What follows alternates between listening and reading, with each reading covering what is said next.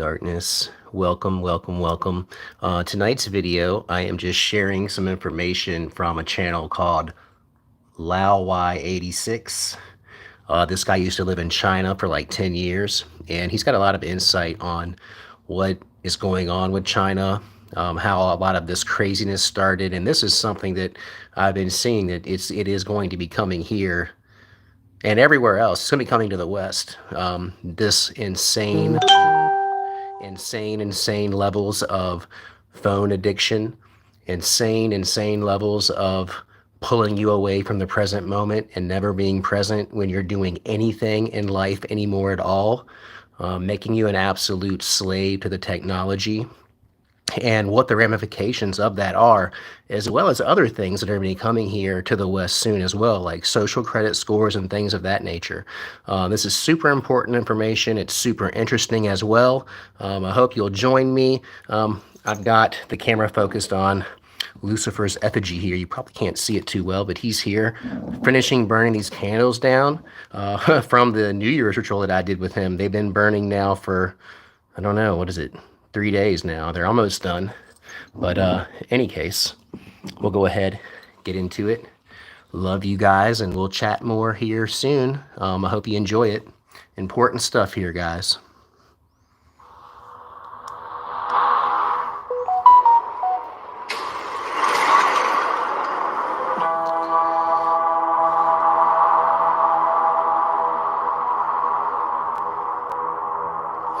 He's just showing some imagery at this point right now, the levels of homelessness that are in China. There's a lot of things going on there that we're not aware of, but that the news, because they don't let any news out. I mean, China has progressively gotten more and more dystopian, but truly, I didn't expect it to get to this level. Hell yeah, we are gods. Thank you. Really bad. I gotta tell you something, guys. I found out that the worst people in the entire world might not be who you think they are. In fact, they are data brokers. These people go out there, find out all your information, collect it, and then we're gonna go past the data broker portion here. I forgot about that. That's a little advertisement in the beginning, and we don't need that. So let's press on, shall we? And thank you for being here, We Are Gods, and everybody else that's here. Hail, and I love you. I know you probably get fed this rosy picture of how China is utopia, but that's the multi-billion-dollar propaganda campaign being shoved down your throat. The reality is far more grim. In 2008, I stepped off a plane into China, and I saw a world that was wholly unknown to me. The sheer noise of it all, the cacophony of people haggling into the night hours, the blaring of truck horns, the illegal cab drivers trying to grab my bags and throw them into their unlicensed car, to who knows what scam was on offer that day. The smell of burning plastic and coal, the flicker of the neon signs that illuminated the smog and cigarette smoke-filled air that was so thick you could cut it with a knife. This was not home. For real. It was unsettling. Things that were not supposed to be food were food. Frogs, turtles, dogs. The totalitarian imagery was everywhere. The maimed children begging on the street corner where police would walk by and ignore them, and the old ladies being beaten by local police for selling vegetables across the street. It was horrible. Yet no one could say that China was boring. Not to recap too much, but one of my first mornings in China, I woke up disoriented as hell, as I was just coming to grips with where I had moved. I went down the elevator and I walked out the front door of my building, and I got covered in crabs. No, seriously, a truck had spilled live crabs everywhere, and they were running up and down the street all over my shoes, and people were running around shrieking, trying to grab some of those free crabs for themselves. It caused a massive traffic jam on this little road, and people were getting off their e-bikes and cars, trying to steal the escaping crabs. Again, this was not home, although it did quickly become home for me. But all of this crazy stuff, and trust me, I could go on for a millennia about how wild it was for the next 10 years that I lived in China, that was not the biggest culture shock for me. I'm not even joking. Those things were not the biggest culture shock. It wasn't even close. It was actually something that was truly bizarre, truly shocking. Not weird little happenings every day. Truly the beginnings of a dystopia that was engulfing the entire country. No, what I noticed, even back in 2008, but I progressively noticed more and more over time, was that no one was present. No one was in their current state. No one was actually living in the moments. Amongst thousands of people, again, even back then, on the train, on the bus, walking down the street, I was one of the only people that was looking around at what was happening. The chaos. I was in it, but it seemed like no one else was. They were switched off. For some reason, again, this was even back in 2008, everyone was crane neck, staring down at their phones. Yes, they were Java-based phones, none of this fun stuff you have on your phones nowadays, the smartphone stuff. But yet, even back then, everyone was already addicted. And this was shocking to me because in the USA in 2008, you would be hard-pressed to find anyone glued to their phone playing Snake or whatever the hell they had on their phones back then, completely shut off from society. Now, back then, when I had first moved to China, I was trying to figure this out. I sat down on the bus and the phones would all come out. Dumb little games, text messaging, rudimentary stock market apps. Perhaps the most important development, though, at least in China's whole phone sphere, was China's biggest chat app, and that was QQ. Now, most people in China didn't have computers, so while you guys were messing around at home on AOL Instant Messenger or MSN or the real ones on ICQ, China had QQ in everyone's pockets. And I think this accelerated the steep decline into robotic dystopia. Smartphones brought on a tidal wave of distraction in China. It got so much worse. Those 8 out of 10 people that were craned over their dumb phone were now 10 out of 10 people. And those previous ones I was talking about, those people that were addicted even back in 2008, they're now hunched over so far they're giving themselves kyphosis. Hunchback. Out at the restaurant, phones out. On the bus, phones out. Walking down the street for exercise, crossing the road with traffic, phones out. Are you riding your motorcycle? Well, in China, you'll probably have your phone out. The addiction China was yeah, love it. insane. And I know that's a touchy word, but that's what it is. Addiction. And this was like 2008 to 2011, all the way up until now. China did it way before we did here in the West. Because I know some of you are screaming out in your head right now, I see that kind of stuff happening right now in America. While the USA was getting its first little taste, back then, maybe rubbing some of that phone addiction on their gums a little bit to get that tingle of numbness, China was already living in a tent city, doubled over, screaming at demons from the sidewalk. That's how addicted China was. Walk by any university classroom even 10 years ago in China, and nearly every student was sat there on their phone while their professor was shouting into the void.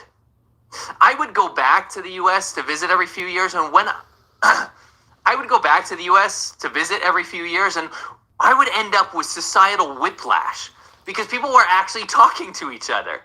People were talking in line at the supermarket, not craned over some ridiculous device. People were waving when you would walk by, maybe even stopping for a little chat. It was jarring, and if I'm honest, it was easier to lose myself in the little screen in front of myself in China, despite the sheer insanity happening around me. It's funny because as Westerners, we have always associated the internet with this freedom of information, open communication, online social circles, meeting new people. These are things that a government like the Chinese government hates. These are things that bring people together and ideas together, not something an authoritarian state wants. And this explains why the Chinese government blocks the majority of the internet from the outside of its borders, like Facebook, YouTube, Twitter, the whole lot. When you see a Chinese person on these sites, like in the comments section, they're either breaking the law by using a VPN to jump over the Great Firewall, or they are a paid troll from the Chinese government. China is just one step above North Korea in terms of internet freedom. In that they can't really access the outside world, but they have such a big and robust domestic network of websites and apps that if you're Chinese, it doesn't really feel like you're missing out on anything. And that's by design. Nothing is actually connected to anything other than what the government tolerates or allows. This insane level of regulation has led to a subservient public in China. And it turns out, authoritarian governments don't want 1.4 billion people connected and freely talking, planning, colluding. Shane, They hail, certainly brother. do want them online if they can control it. And control it, they do. China has successfully created a majority apathetic society through phone addiction. This was all by design. The majority of people I saw in China were addicted to their phones in a way I've never seen anywhere else in the entire world. Phones are not only the object of addiction, though, they're a complete necessity. And that, too, is by design. The government mandates that you use your phone for literally everything now, from where you can live, through the draconian household registration system, to where you go, through government tracking your location, to how you pay, to what you buy, to what you eat, to what movie you saw, and who you talk to. It's all completely under government state control in China. And now through the social credit system being rolled out across the country, your behavior now has an effect on if your kids get into public schools or your job benefits, job position, and all kinds of other stuff. When you get that many people corralled into domestically controlled government apps and you get people to spend 6 to 12 hours a day on them, there's a little room for creative thoughts. There's little room for wants and needs beyond what can be bought, sold, and consumed. There's little room for political change. This little computer in your hand, these phones started as a way to connect China to the world past its closed-minded dictators at the top of the government. And it ended up as the very shackles that will forever prevent China from ever achieving greatness beyond the tyrannical meddlings of the leadership. In fact, China has become so subservient to this government-controlled tech slavery that it's become a way of life. A big percentage of people in China are now going to school programs to learn how to live stream, only to find failure and end up jockeying for a better location to sell their product or end up e-begging for gifts under bridges. It's gotten so prolific and dystopian that it's become a bubble, and that bubble is about to burst. And the thing is, I want to ask you a question. Do you think this sounds like a foreign problem? A China-only problem? It's not. I think at least here in the USA, we are merely a few years behind China in terms of losing ourselves to apathy through phone and social media addiction. The thing is, we have the foundation of democratic values like life, liberty, and the pursuit of happiness. But will we want to pursue them when apathy has swept over us in forms of apps like TikTok? When American society has been manipulated to the point of no return from foreign countries like China spending billions of dollars on showing us propaganda in order to artificially divide us even more? We are facing a big problem, and in my opinion, the biggest problem we've ever faced, not just as Americans, but as humans. And China can show us the roadmap to dystopia. The good news is that unlike China, much of the world has the building blocks to make sure that we don't end up like China. But there are so many things that we have to first face down, learn from, and start fixing. And we can only do that when we start fixing ourselves. The thing is, I think I've figured out some amazing things that we can do together as a community to fix this mess. Guys, I'm super close to 1 million subscribers. I hope you are subscribed. If you're not, please make sure you are. Let's get to that gold play button. I really appreciate your support. And don't forget, I have a live show every single Friday with my friend Serpent ZA. We do the China show. So yeah, that's what's going on right now in China, and that's what's coming here. And I also wanted to share some other things with you as well, some things that are happening in the world that you need to be aware of. If you want to hang out for that, hang out for that. This is a little message from my boy over Canadian Prepper. He's fucking awesome. I know some of you are in disbelief right now. Maybe it's the Amish chin strap that's helping me channel the spirits of the elders or something. But occasionally it happens. And it occurred to me today that as a hardline 24/7 news junkie, that many of you are as well, we see all the data. We see the matrix for what it is. We see the tension points around the world percolating under the surface, just getting ready to explode through in some explosive event. Some massive vertical escalation is about to happen in one of the many theaters of this SHTF fabric, which is just pulsating right now. We know something has to give at some point. Yet, many of us have fallen along the way. We've just capitulated to the normalcy bias, right? We just said, well, maybe nothing's going to happen. You know, people who were intrigued at the start of this whole thing when it started in 2022, and maybe their interest gets piqued a little bit here and there, but they always throw in the towel, right? And they say, they got weak hands, as they would say in the markets. They just capitulate and they just say, well, you know, maybe nothing's going to happen. Today, that happened to me. Okay, in spite of the fact that so much has happened in the last 24 hours, that on any other day, you know, prior to this desensitization phase that we've endured over the last 2 years, would make anybody turn their heads and say, holy shit, the frickin' shit's about to hit the fan. I'm talking about bombing of Moscow happening right now as we speak, okay? I'm talking about the second highest in the chain of command in Hamas being assassinated just days after the assassination of another major figure in the Middle East, and in Lebanese territory of all places, on the day before the leader of Hezbollah is supposed to give a speech on the anniversary of General Soleimani, one of the most lauded Iranian generals in history. Now, all of this happening, West Bank mobilizing, the North... And thanks for everybody that's here. I love you all, by the way. Hail, love you. Smell my face, smell it good. Ha. Koreans tearing up the plan for reunification with South Korea, the massive intensification that's taking place between Russia and Ukraine that nobody knows about anymore because it's not even being reported in the mainstream media in the West. And if you look on any mainstream media page, MSNBC, ABC, CBS, Fox, CNN, they've removed the War in Ukraine tab, okay? Now, isn't that convenient? And I talked about this yesterday, how we're at a point now where the escalation is greater than it's ever been before. The possibility for overstepping a red line and inflection is greater than ever before. And yet here, I myself today have this passing feeling, it was short-lived, but I had it, that maybe nothing's going to happen. I had that normalcy Norman moment where I'm like, you know what, this assassination, this war mobilization, the fact that the Civil Reserve Fleet of the U.S. military has been activated, which is a huge red flag that no one's talking about. I should be talking about that in every single video. And here I'm telling myself, yeah, maybe nothing's going to happen. Maybe this whole idea of flashbulb events and red line escalations and overreactions in response to provocations by ones, it just doesn't happen anymore, you know? And that's when it occurred to me. It's like, holy shit.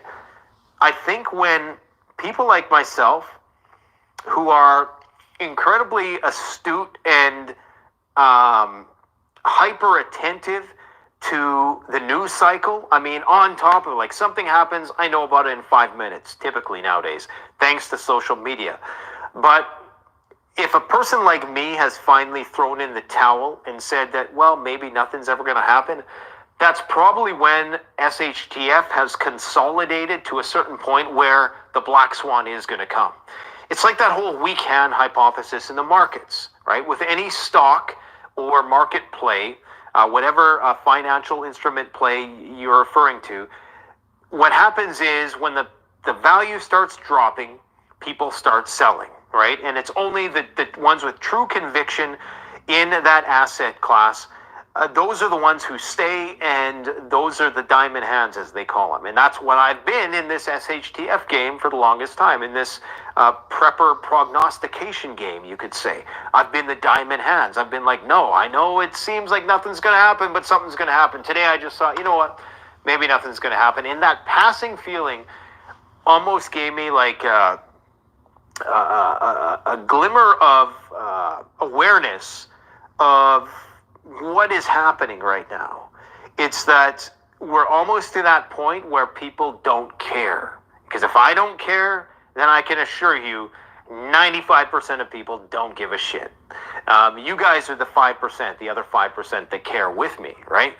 But if we don't care anymore, then that's when we get blindsided, right? That's when it comes. It never fails.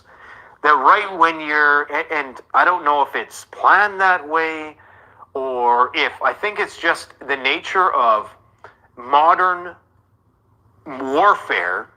It has to be such that it has to, just like Sun Tzu says, your plans have to be dark as night, and then you have to strike like a thunderbolt. People cannot expect it. And so this is why when, the second in chain in command with Hamas has been assassinated, everybody expects a reaction. Everybody wants an overreaction. Well, all of these guys have read The Art of War, okay? I mean, you could get The Art of War for 99 cents at the dollar store nowadays, right? So everybody knows The Art of War. So unless you wanted to lose, you would react. Right, you would overreact. Hamas or Hezbollah would just declare war on Israel tomorrow. But because everybody's trying to think strategically, with the exception of the West, let's be brutally honest, because we have had such a technological edge over the years that we don't have to really think in 4D. We don't have to think that many moves ahead because we've always had the technological advantage. Israel just thought, hey, we'll just go in there and blow the shit out of that place and there'll be no consequences. And now, we're just going to have to withdraw 5 brigades or something like that. They're saying it's for the economic reasons, but let's face it, it's because they're moving them to the northern border. I mean, they're activating the Civil Reserve Fleet, the air fleet, meaning that the United States is in a period of logistical crisis. And where are they sending these weapon systems and supplies? God only knows. Is it to Ukraine? Is it to Poland? Is it to Israel? Is it to somewhere else in the Middle East? Is it to Taiwan? Is it South Korea? Is it to somewhere in Guyana? Who knows? Because there's wars breaking out everywhere. So it just occurred to me that this is where we're at. So I know that I'm going to be reawakened with my prepper mindset tomorrow. Because I know when I'm having these feelings, that means that something's about to happen. But we cannot expect these things to unfold in a linear fashion, in a predictable fashion. Because, of course, as soon as one side takes the bait and takes the provocation of the other, they lose. That's how war works. If Hezbollah were to immediately react, if that's what the goal of Israel's attack on or assassination of that leader was, if it was to trigger some sort of response, then clearly Israel would have a contingency plan for that response and Hezbollah would take the bait, and maybe this would bring the United States into the war, and Netanyahu would definitely have his forever war. He would have his war on 3 fronts, like immediate fronts, not counting all of the militias in Syria, okay? So you have, it'd really be 4 fronts, because it'd be Syria, Lebanon, West Bank, and Hezbollah, or Hamas, totally surrounded. And who knows, maybe Egypt at some point, because the people there, the people in Egypt, lots of them do support the Palestinians, but this is not the case with the government there. So at some point, that situation has to reconcile itself. So you're potentially looking at like a 7 to 8 front war when you factor in the Houthis and the Iranians. And the Houthis, which are still attacking ships, right? That's still a problem. And you know that the UK and the US are planning on doing a retaliation, but they're not going to do it right away. Everybody has been trained to think that they're going to react, and the markets reflect this. Now, I've been trying to think about the markets, because really the markets don't make a lot of sense, do they? We see all this escalation in the Middle East. Everything I've told you today, the hedge funds know.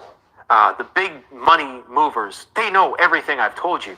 So why is oil still down in the dumps? Well, we know there's some mitigating factors like the U.S. setting records for their oil output. We know that maybe there's a recession already priced in, and that's actually kind of scary, because if there's thinking that this is going to be the price level for oil during the recession, that's pretty bad. Okay, that means that this could be the bottom for oil, and if there isn't a recession, then of course the price of oil skyrockets. And this presumes then that maybe the base price of oil right now, minus the Middle East conflict, maybe it's around $35 for all we know, right? Because of the market slowdown. But it's at 70 because they're expecting shit to hit the fan in the Middle East. Now, I still think that maybe there are people in Washington who are telling the money men that, hey, don't worry, we're going to make sure that the oil can safely transit.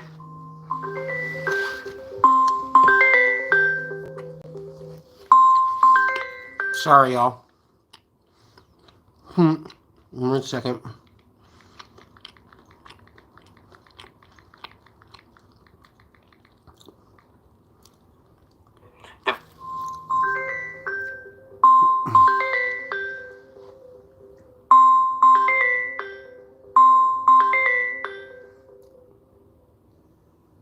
Various corridors throughout that region.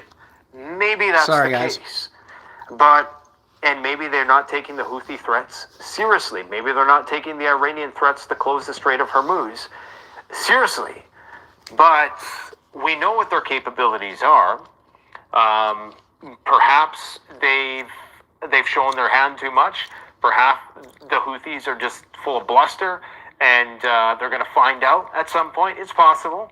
They do have a very sizable military, and it doesn't matter how technologically sophisticated you are, you're not going to win a subterranean conflict on multiple fronts, especially when your adversary is using a great combination of new technology and asymmetrical tactics. It's the Taliban with ballistic missiles.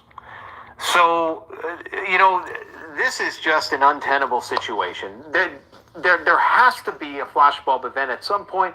We just don't know when it's going to come. And I think now that I've finally had weak hands, it's probably going to come. Now, there's probably a sexual joke in there somewhere. Anyways, a little moment of levity. Intermission, guys, intermission. So we had the Israeli brigades cycled. So they pulled out these 5 brigades. I think it was 5 brigades. What is that, like 20,000 troops or something? That's a lot of troops. To cycle them back into the economy, give them a break, because it's going to be a long war. Now, they're also saying that this is due to pressure of the United States, saying that, well, we got to deal with this humanitarian situation. Yet, this didn't stop. Like, if you would think that pressure would have been put on them during the peak when everybody was out rioting in the streets. There really is. There's been a few protests throughout the Middle East, but, things have died down significantly. So if there ever was a time to go full steam ahead, this would be it. So either Netanyahu's just trying to create the conditions for a forever war, because they're even openly saying that, and the Institute for the Study of War, anything that starts with institute, questionable, right? Usually there's some deep state money going into that institution. Emphasis on institutionalized. Anyways, so the Institute for the Study of War has said that this is going to allow Hamas to consolidate their forces and arm up again and resupply. And, they're going to be a greater force to be reckoned with when Israel returns to the fight. Not that they're leaving the fight altogether, but they're currently getting their asses handed to them. So why would you leave at this point in time unless you were planning on starting a war on another front? So, anyways, there's that, okay? The Fatah military wing in the West Bank, Al-Aqsa Martyrs brigades have declared a general mobilization to confront the Israeli assassination of Hamas leaders. We have another Houthi attack, the 24th Houthi attack to date. We have Turkey foiling a Mossad plot in Istanbul. 33 spies were arrested. These guys were going to try to take out Hamas leaders. 33 spies. What? 33? What's with 33 and that whole Middle Eastern Israel thing? Something weird, isn't it? Something's going on. 33 degrees of separation, degrees of, there's some organization that there's 33 degrees. I can't quite put my finger. Maybe some of you guys can help me in the comments. Oh, hey, is it on one of these? Oh, no, that's not a dollar bill. I know y'all know. No, I guess He's I got talking about an Freemasonry. American dollar bill. Do they still have dollar bills? So the war with Russia is picking up. Attacks into Belgorod, into Moscow. As we speak, bombardments of the capital in Moscow. And everybody thinks they got this in the bag. Look, the Russians unveiled this new radar system that was supposed to allow them to pinpoint the HIMARS systems, and apparently they were able to take out 2 of these. And it was destroyed today. There's a video of it being destroyed. So, you know, this idea that the Russians are getting the upper hand and they have this in the bag when 20% of their Black Sea fleet has been destroyed and they've now been moved back in deep into the Black Sea. And, you know, there really isn't a whole lot of movement on the front lines. And now you have Ukraine getting F-16s. The Germans today said that we will give Taurus missiles if the spending bill goes through. And you know how they're going to pass that? Well, all of the propagandists, the Ukrainian propagandists who are currently in the United States for some reason, that's interesting. They say they're on vacation. What they're trying to do is they're trying to associate the border crisis, and this is how they're going to do it. They're going to say, because they know the Democrats aren't going to allow them to say Mexicans coming into the country bad, but they know the Democrats will allow them to say Russians coming into the country bad. So what they're going to say is, you know, Biden has to make some concessions on the southern border issue because the Russians are coming in. Russian sleeper cells are coming in by the numbers. And, you know, they're probably right. I mean, any responsible adversary would take advantage of that chink in our armor. Yeah, you know that's going to happen. You know, thousands it's all going to come through South America and through our southern border. They're already here. They're already here in our country now. Spending bill passed. I mean, that's an angle I would push if I was trying to ram that thing through. What else do we got? We got the Americans saying that, you know, we didn't know that the Israelis were going to attack this guy and blah, blah, blah. You see how the Americans, they try to pretend like they're an impartial third party, but all the while they're basically there at the behest of Israel. Lloyd Austin made that abundantly clear that as soon as Israel gets in a war, that they're going to join in and we're going to send all our troops to die. For this, whatever the hell is going on over there, something to do with the Bible or something, I don't know. Anyways, but funny enough, they were going to make it in Uganda. Wasn't that where the Balfour Declaration? It was like Uganda was one of the first places. Yeah, let's put it in Uganda. No, let's go to the Middle East. You know, it must not have been, you know, very principled if you could just pick the location. Anyways, who cares? Nothing that's going to be resolved here. Hamas has announced the suspension of any further negotiations, hostage negotiation, or peace talks with Israel. It's over. It's war from this point forward, full stop. And what that means for the hostages, I don't know. Apparently there was some kind of terrorist attack attempt in NYC. Turkey has blocked access to the Black Sea from UK minesweepers. Now, they can access via the Bosphorus Strait. I believe these ships can also come through the Danube River, but there are treaties on both the Danube and the Bosphorus that indicate that a warship can't pass through there. So Turkey's playing hardball, right? They're trying to be this mediator between the Russians. They know if they send these UK minesweepers in there, they're probably going to get murked by the Russians. The Russians are dropping mines throughout the grain corridor. The Ukrainians say that, but the Russians are saying, no, these are actually Ukrainian mines. Who knows? Everybody's pointing fingers. Regardless, this is how, and even Zelensky said that things heat up in the Black Sea. I mean, this is where it's going to happen, right? This is, and that Gerald R. Ford thing, you know, the more that I think about it, you know, that strike carrier group wasn't even going to be one of the ones that was that active. It was the other one. I can't remember the name that is still there. Okay, so the Gerald R. Ford returning, I don't even put a whole lot of stock in. If anything, that's a feint maneuver to try to entice the Lebanese to say, oh, we're going away. You know, you can attack now, even though half our Navy's still there. Venezuela is sending troops to Guyana border, and they're going to remain there until the British warship that is currently there leaves. So that situation is heating up. And what a tragedy in that Venezuela has the most oil. I think they have more oil than Saudi Arabia. So, I mean, this is all about energy, guys. Russians were able to hack Ukrainian SBU security service cameras, and they were able to get information on air defense and critical infrastructure. So they were able to hack into the cameras and their conversations that they were having. This was a big hack. I think the biggest story that is going to be missed by most people today is the fact that the U.S. has effectively greenlit Ukraine to attack deep inside Russia. Now, this might pertain to Starlink as well, now that they have control over Elon Musk. Elon Musk has basically said, if the U.S. military asks, I will give them anything they want, including, you know, all the data on Twitter users. Well, he didn't say that. Including that guy who just bought a Cybertruck on me who didn't pay his taxes. No, he didn't say that either, but you know that's coming. Including pacifying the guy who has the Neuralink in his brain that was, you know, defiant on social media. He didn't say that, but that's coming. Anyways, no more restrictions on HIMARS. This is a major escalation. Remember, they gave him ATACMS just a couple months ago. People thought we would never give him ATACMS. Sure enough, they did. Washington has allowed Kiev to independently make decisions on the range of strikes. This is a Russian translation.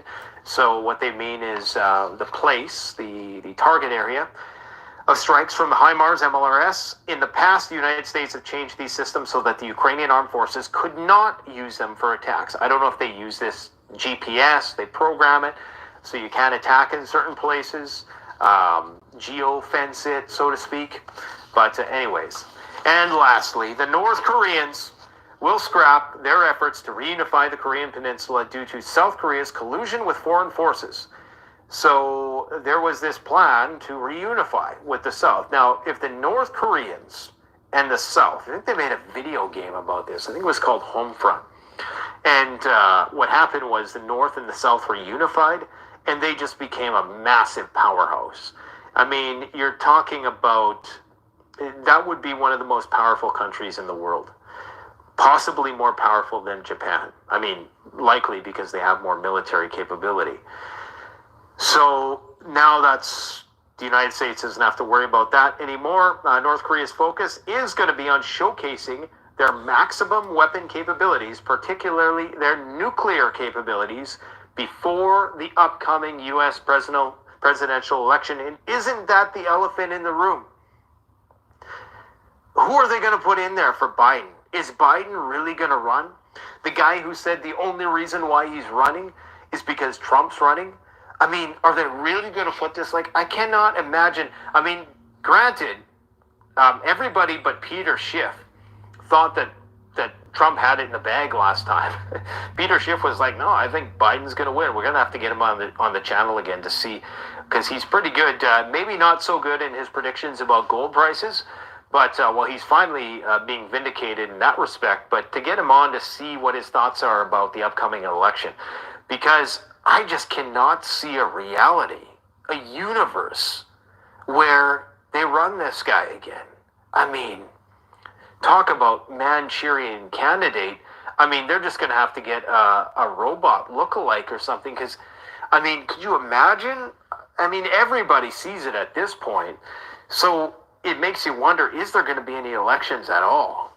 That's the scary thing. I mean, is all of this tension building and this waiting for black swans, is it all going to come right at the opportune time to say, well, we got to postpone the election? And, you know, you could envision an event so severe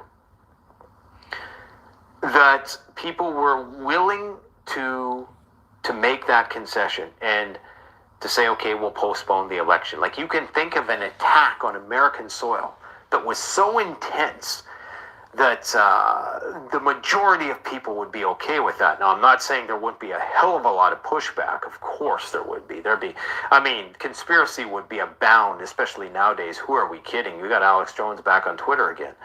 So, I don't know. Is it within the Overton window for me and Alex to have a conversation yet? I don't know. Let me know in the comment section below if you think I should have Alex on the channel, or if he should host me and we should just talk about prepping. But either way, we've been invited on some podcasts. It's pretty exciting, honestly, but at the same time, it's like, it makes me wonder, like, where is this going? Like, this whole prepping thing, once it becomes mainstream, is this the FOMO phase of it, where everybody's FOMOing in, like, to reverse the market metaphor? Now it's the FOMO, and we're going to see a blow off top at some point. Let me know what you guys think in the comments. If you're feeling the same way I'm feeling, you see all of these red lines being overstepped and there's no response, yet that's because everybody's trying to abide by the principles of the art of war. And so nobody's making that reaction that typically is the case in a black swan event. Guys, I forgot to put the proper link to our Geiger counters that we manufacture here in Saskatoon by nuclear physicists in Saskatoon. They're made specifically for nuclear war. A lot of Geiger counters mislead people in terms of what their capabilities are. This Friday, our resident physicist is going to be back, and he's going to show us how it works. He's going to give us the crash course. He's going to talk to us like I'm a dullard, which I can be, believe it or not. And if I can understand this, then you're going to be able to understand this. But I think it's very important that you get this equipment. This is a very rare device. I'll post a link in the description below. It's a great way to support the channel. We make them here locally in Canada. And it's a one-of-a-kind in the sense that it senses just the right types of radiation in the right amount. So a lot of the Geiger counters you go and buy off Amazon, you might as well just, you're not going to be protected. And that's the tragedy. If somebody ever tried to use that in one of those situations, it would not alert you to danger in the way that it's supposed to. So stay tuned for that. We got Sean from My Self-Reliance coming on the channel in very short order. We got Dr. Brian Keating coming back, who's a cosmologist. And we're going to talk about big threats like asteroids and solar flares and things of that nature. We just got tons of things coming down the pike. So stay tuned. It's going to be one hell of a year. Let's hope it's not the last. I might even have to get old Gerald Salente back on here because that guy's been on fire lately. And we'll just have to get him to tone down the language, because I know there's a lot of language Karens out there who think that after the apocalypse, the bad guys aren't going to use curse words.